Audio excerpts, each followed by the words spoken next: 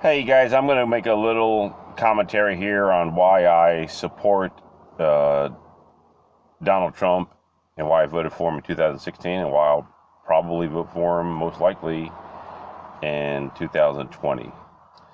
I started in the construction industry in 1981, and at that time it was basically whites and blacks, and really you didn't see any Latinos on job sites.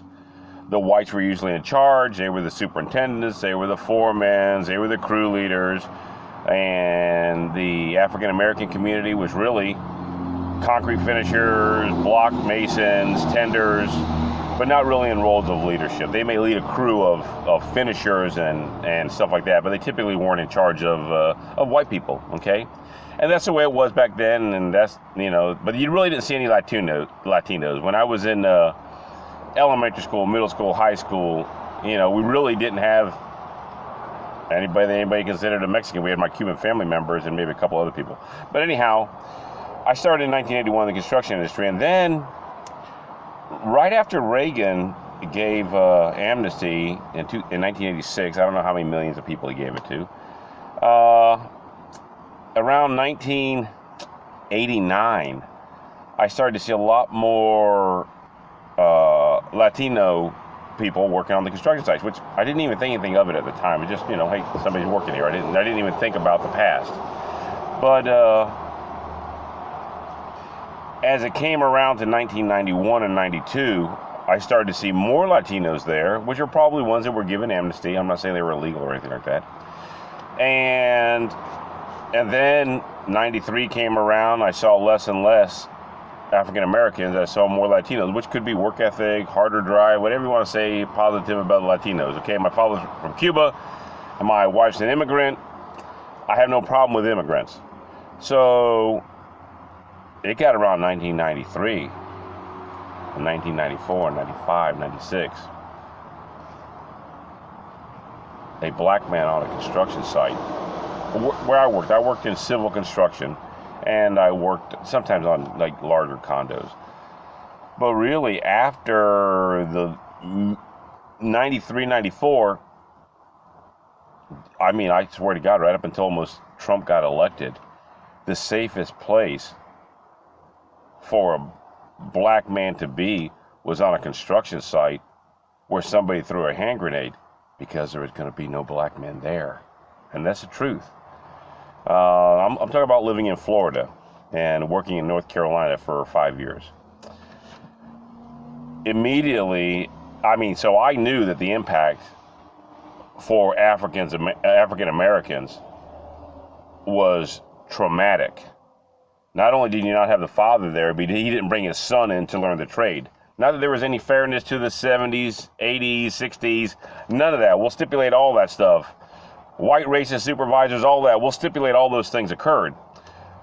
But what didn't occur was the son following in and learning the trade of his father to have a job and a career, really. And at the time, you get paid $15, $18, $20 to be a good finisher, which was not bad money at the time. Well, now you fast forward to 2006, 7, 8, 9, 10, 11, 12. With the influx of a lot of illegal immigrants, because they anticipated another amnesty. And I'm empathetic for anybody that has to leave their country to go somewhere else and get a good job or have any semblance of an opportunity, even though they may have to live under the radar. I feel bad for them, but I care about nobody more than an American citizen trying to get a job, and he can't because an unscrupulous contractor maybe has hired an illegal, he's paying him under the table, maybe even exploiting that person. But my biggest issue is how it adversely affects my fellow Americans. And unprotected, really secure borders, nothing is better than a barrier. Nothing is more functional than something you've got to climb up and over as an obstacle. No smart technology, forget it. If they don't get in here, they don't have to be caught, they don't have to be returned, they don't have to be released, they don't have to be anything. They don't have to have their kids taken away from them, anything. So that's my stand. So my big deal with Donald Trump is securing the border. And I also tell people, if the Democrats were really wise, why not fund the border wall? If it was so ineffective, why not fund it? $26 billion in American money is really nothing. And the government's money, they spend that much every 27 minutes, I'm suspecting. But the fact of the matter is, why not do it? And then, if there's no real benefit, they can point it out and say to the American people, listen, this boondoggle of the Republicans, specifically Donald J. Trump, was a ruse, you people. We told you it wouldn't work. That's how you make your argument. And you take the topic of illegal immigrants off the table. But of course they know that won't work because they know the border works.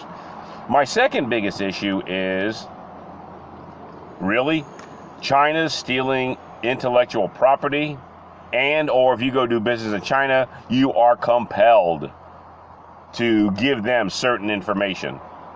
And you really lose a lot of your rights there as a corporation. So those are my two big deals, guys.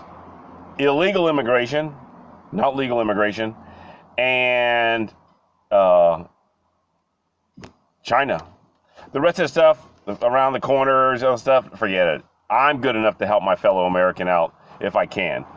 I expect every single American to be fair and decent to every other American and legal immigrant. If somebody comes up to you and they speak a different language and they don't speak English perfectly, nor do I, and they're trying to communicate with you in whatever semblance of broken English they have, you should make a good faith effort to help them out. You shouldn't ask them for papers or anything like that. But the fact of the matter is, we should be welcoming to anybody who's here trying to act in good faith. I'm not asking anybody to go and snitch on the guy next door or anything like that. But the fact of the matter is, we need to be good citizens and good people to everybody that's here. But I do not believe anybody should be getting any benefits, any help. And quite frankly, I hate to say it, guys, if you're caught and you're illegal, especially if you committed a crime, out the door as fast as humanly possible. I love all of my legal immigrant family members, and I hope everybody well. I hope the people that are trying desperately to get to the United States can see what's good in the United States and fix their own country and make it better. Make it better than the United States, for God's sake. Okay? Thank you very much. I hope I wasn't too long-winded. I probably was. But I want all of our people in America to think about Americans first and treat every American, everybody that's here legally and as a citizen, as a decent human being, unless they give you just cause. They give you just cause, that person, to treat them a little differently, all right? And if you're not doing that, you're not as good of an American as you claim to be. All righty. Thank you very much, and I hope that this can hopefully maybe help some people understand where maybe a conservative is coming from and what a real American is supposed to do when they interact with another person that doesn't necessarily look or talk like that.